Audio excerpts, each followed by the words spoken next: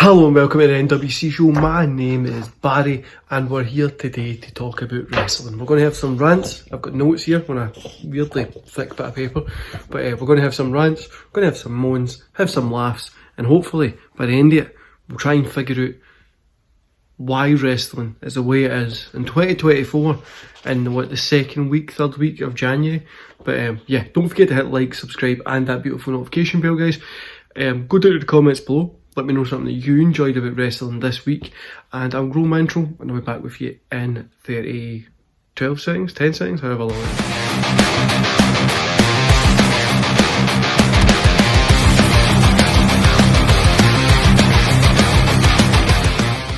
Okay guys, let's get started with talking about TNA Hard to Kill 2024. Now, it's weird to say TNA in 2024 since obviously they changed to Impact ages ago. I was a huge TNA fan back in the day, watching Sting, Angle, and God, those guys used to get I've still got some of the DVDs up there, but you used to get all those kind of DVDs. You'd know somebody who knew somebody to get them and stuff like that. But yeah, it was a good experience when I was younger. Looking at this pay-per-view, we'll talk about the pay-per-view.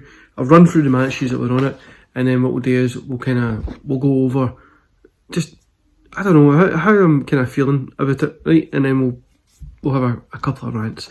So I watched this show. I enjoyed it for the most part. Was it the best wrestling show ever? No. Was it cool seeing the stuff that was there? Yes. Did it make any sense to what was going to happen in the future of wrestling? No, really, but let's go through it. So the pre-show, we start off with Rich Swann versus Macklin, System versus Young and Kazarian. Then we had the digital media title, Crazy Steve versus Tommy Dreamer. Main show, Steels, Edwards, Shaw, Luna, Threat and Brookside. Then we had PCO versus Dirty Dangle, then PCO, Ryan, Jake versus Alpha, Bravo, Dangle. And I don't even know what I've wrote at the end of here, I can't even remember the match really. Knockout tag title, MK Ultra versus Decay. X Division title, Viking Go versus Kushida versus Sabin. A pretty good match. X Division's always a solid division to watch, it always has been. Alexander versus Hammerstone. I love that Hammerstone guy. He's such a cool wrestler. I've just always liked him. Tag titles, ABC versus Rascals versus Young Vets, Grizzled, you know how this went. Versus Kid and Bailey. I think it is. Guys, give me a minute. I need to get a stand for this. It's doing my tits in. Then we've got the knockout titles, Grace versus Trinity, which is one I was looking forward to, and I wasn't disappointed with it. And then the world title, Shelley versus Moose, which I wasn't disappointed about, and I'm glad Moose is in the position that he's in. Now, TNA coming back, it's cool, but I don't really see the point of it in this I know they kind of try to go back and get that feeling from it, and it never really was right when it went to Impact, but I mean, we're having constant name changes, it feels like, and you're just kind of like, ugh. But it is cool to see where it is, how it's coming back. Like I said, guys, I pretty much butchered that card. It was okay. I mean, it's cool seeing TNA back, cool seeing that letter and that logo, and it brings back a ton of memories for me. The wider in this way, I don't really think anybody's really going to care about it. The way Impact always is, I don't really see anybody. I'll watch it. I enjoy it. I enjoyed watching Impact. The matches in it were pretty good. Storyline was always pretty questionable, but same with TNA. It'll be fun. It'll be good to see. Hopefully, to get a little bit more eyes on them. Obviously, two big things happened that night. AAA kind of announcing that they're going to be, AAA and TNA are going to be working together, a better partnership, bring some more Mexican wrestlers into the fold in America, which I think will be fantastic. I think it's a good move for both companies. I know both companies were doing something with AEW and then now they'll know, so that's telling for them as well. But I think those two working together is a little bit better. And then also Dolph Ziggler, Nick Nemeth, whatever you want to call him, coming out, debuting is fantastic. I think that's a great one. I actually think it's better I'm going to Impact than what it is I'm going to AEW. I feel it's definitely the better choice, better way to kind of try and build the brand, go back. Obviously he's a huge star and he'll be the world champion there soon anyway, which is it's fine, but definitely a cool signing, and it'll be cool to kind of see how that grows. A lot of I say this every single time at Impact and stuff, you're like, it's a good show. It's probably one of the better wrestling shows that are on a weekly basis, but just nobody really watches it and nobody gives a fuck about it, and that's the way it is. There's nothing really more to say about Impact. The card, I enjoyed it. Mostly it was kind of just forgettable, but it was there. It was. Will I go back and watch it? More than likely, a year or two, I'll go back and check it out, watch it. But is it going to be a game-changing wrestling? Is it going to be like the next AEW? No, it's no. It's not there to be the next AEW. It's there to be TNA, and that's fine. It's there to just be a different option from WWE and AEW, who are stuck in this weird. Well, AEW stuck in this weird competition with herself, apparently. But let's just touch on Tony Khan having his meltdown, right? I know I touched on it last week, but I want to touch on it this week again. I find it hilarious. And it is just, I don't even, imagine if this was a Vince McMahon. Do you know what I mean? Imagine if this was like, you can't even say peak Monday Night Wars, because this isn't even a Monday Night War. It's not even a war, it's just a wrestling show thinking they're competing with another wrestling show when they're really no. And it's just embarrassing to see. And this, I was out with friends for lunch the other day because I'm still injured, my leg's still messed up. But we were talking about how the internet wrestling community is somehow managed to. You should have the best interests of professional wrestling at heart, right? That's what. I don't care what wrestling you like. You should just watch wrestling. It is one of the best sports ever. It is fantastic. It has got everything that you need. And even when it's shit, it's still got something that you can moan about. It can be good, bad, and it's just fun. I love it. With everything in me, I love it, right?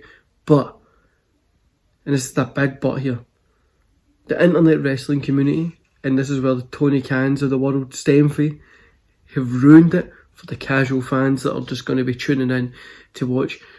I don't like Monday Night Raw, right? But the guys that I was out with will watch the clips on YouTube, which the Raw gets cut down to about 18 minutes. So they watch that, and then they watch the pay-per-view. And that's fine, that's what fans do. That's what...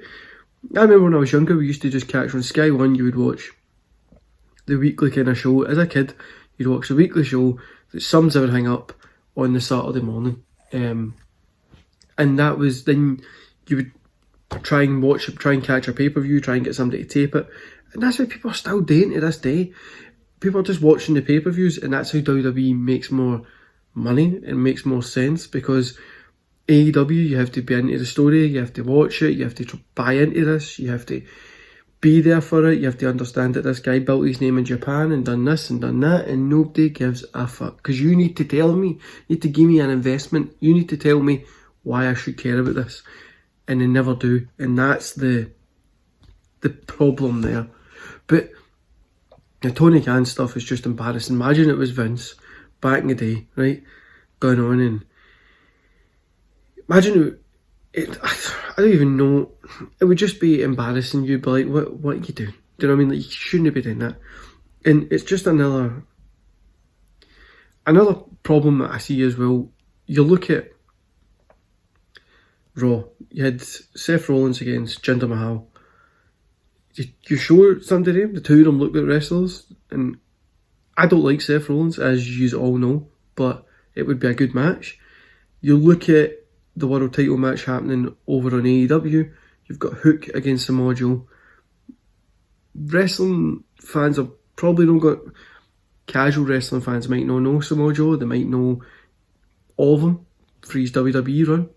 Hook, who's that? Who, what would he care? He won these many matches in a row, but he's not going to beat Samoa Joe. We know he's not going to beat Samoa Joe, and I don't think this match should be happening. I think it'll be a detriment to Hook. Now, they can go out and put a fantastic match on, and somebody picks up an L. It doesn't really matter. We understand that. You can put on a great match and still get over by taking the loss. But I don't think this is going to be one of those moments. I really, really don't. I think it's just going to be another, you'll go do this, you'll get bet, and then we won't really see him again for another couple of months. And that's, I don't know. For me right now, AEW is just no enjoyable at all. The matches are good, and that's the other thing. You can fantasy book these matches all you want. I want to see Omega against this guy or MJF against this guy. It doesn't matter if the story isn't there. Part of why we love wrestling is the stories. I mean, Rock Austin story, Taker Kane, Hogan Sting. These stories is what makes us love it. It's fantastic matches, yes, that's fine, that's great.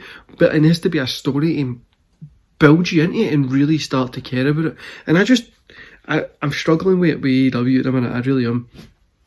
You look over at WWE, you're going to put on a fantastic Royal Rumble. It's already shaping up to be a fantastic one. Then you've got the Elimination Chamber in Australia, which will be fantastic. You've got WrestleMania, which is going to be fantastic. And the Raw, just watch it on YouTube, watch the clip, same as SmackDown.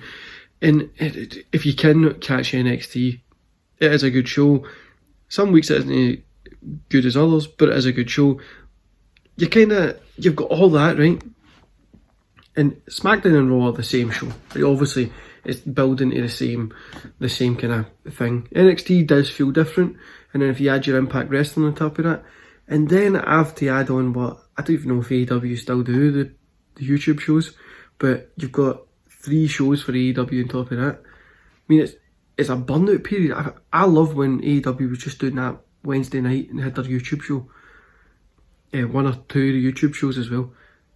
It made sense, and the Wednesday night was the big night for wrestling when they were going against NXT and stuff like that, and they were winning because it was good, it was enjoyable, and they've just lost their way somehow. Like, they've just somehow managed to lost their way. And like I say, you look over at WWE and they're putting on fantastic shows that sell out crowds and massive arenas and making more money than ever before.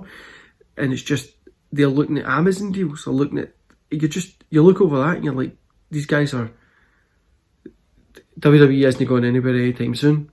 I don't want any wrestling company to go out of business. But the way AEW is, it's just becoming I watch the clips on YouTube and I'll scroll through and watch the ones that I enjoy. And if there's a real match that I'm really, really enjoying, I'll check it on ITV. But I've not had that for a while, and I don't see anyone coming up anytime soon that I'm going to be doing that. But TNA, I'm going to be checking out, I'm going to be watching, and I'm going to be enjoying. I always do. I always check out and I always watch it, and it's always fun. But guys, if you want to watch me anywhere else, I'm over on SCW Steve's channel. I'm on his Royal Rumble. Did 30 different wrestling YouTube creators over there, and it's pretty fun to do. But I'm going to love yous and leave yous there, guys, because my leg is very sore. Update on it is it's still messed up. I'm not sure when it's going to be getting better, but we're trying. Next week, I'm going to be doing a Royal Rumble special. So I'm going to pick my top 10 Royal Rumble matches. No, like matches at the Royal Rumble. My favourite Royal Rumble ever. And then I'm also going to pick my favourite Royal Rumble pay-per-view. So you have a kind of Royal Rumble special next week. And then also hopefully we'll do a Royal Rumble kind of drop-in show. Maybe even try and do a live stream or something. But I'll play it out, see how it goes, see how I'm feeling. But yeah, don't forget to hit like, subscribe, and that beautiful notification bell. Hopefully I've got something to hold this phone by the time next week comes. See you later, guys. Enjoy the rest of the day.